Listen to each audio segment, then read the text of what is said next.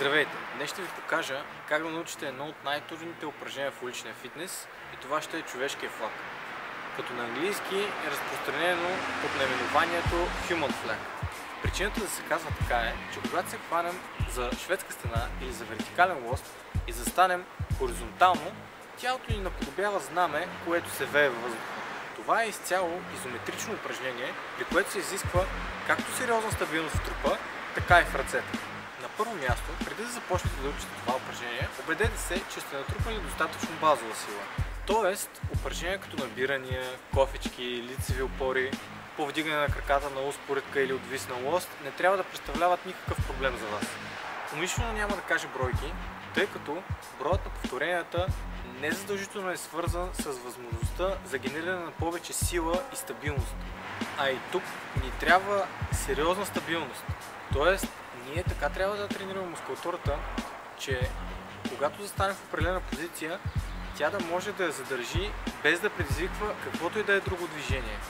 Защото, съгласете се, едно е да имаш сила да повдигнеш някаква тежест и след това да я пуснеш, а друго е да повдигнеш тази тежест и да можеш да я задържиш определено време.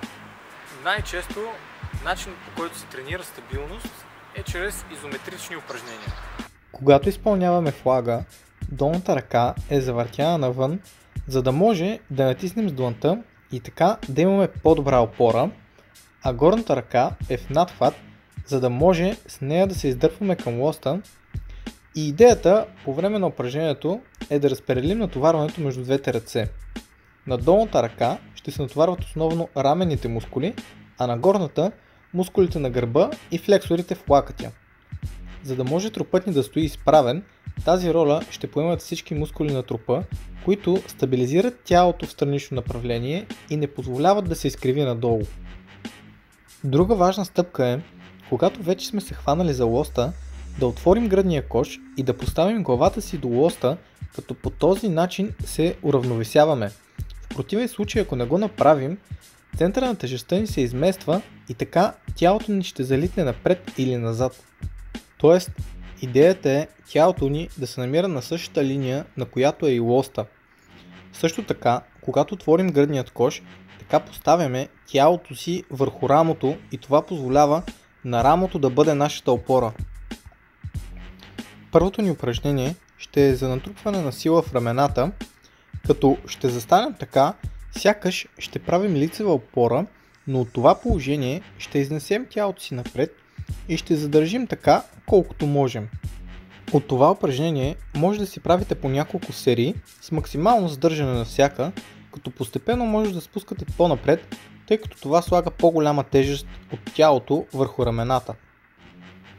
Следва изометрично задържане в леко съкратено положение на мускулите в лакътя, като с другата ръка се държим за основата на лоста. Тук целта е да поставим мускулите под натоварване в същото положение, в което се намират и когато издърпваме с горната ръка при флага. Така ще станем силни точно в този ъгъл, който ни е нужен и при флага. Следва страничен планк, като докато задържаме, движим горният крак и ръка напред и назад. Чрез това упражнение тренираме мускулите на трупа да стабилизират тялото, независимо от променения център на тежестта, заради това, че движим кракът и ръката. Когато усвоим добре тези упражнения, започваме с флаг на земя, като с горната ръка се държим за лоста, долната е подпряна на земята близо до лоста, тялото ни е добре изпънато и идеята тук е просто да дърпаме с горната ръка и да натискаме с долната, с идеята все по-голяма тежест да пада върху тях и краката все по-малко да се подпират на земята. Като сами може да видите как повдигам горният крак с цел да подпомогна таза от горната страна да се повдигне и изравни. След като усвоим това упражнение, преминаваме към 45 градусов флаг на лост, като с едната ръка се хващаме горе, а с другата за основата на лоста и се опитваме да задържим така. В началото може само да повдигаме и спускаме и в последствие да задържим. Между другото, обърнете внимание на това къде се хващам с горната ръка, тъй като има значение за упражнението.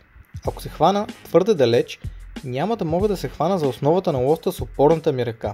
Ако пък съм твърде близо, така долната ми ръка ще поема повечето тежест.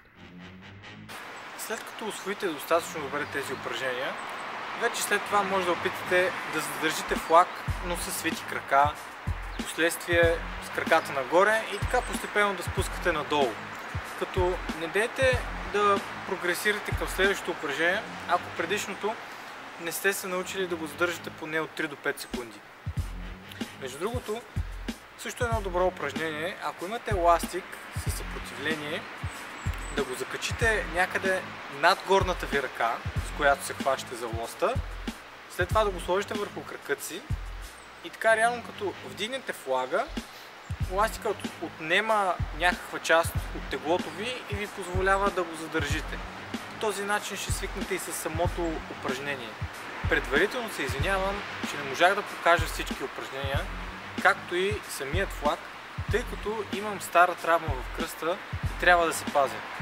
Но ето, например, едно старо мое видео, в което го изпълнявам и може да видите какво представлява.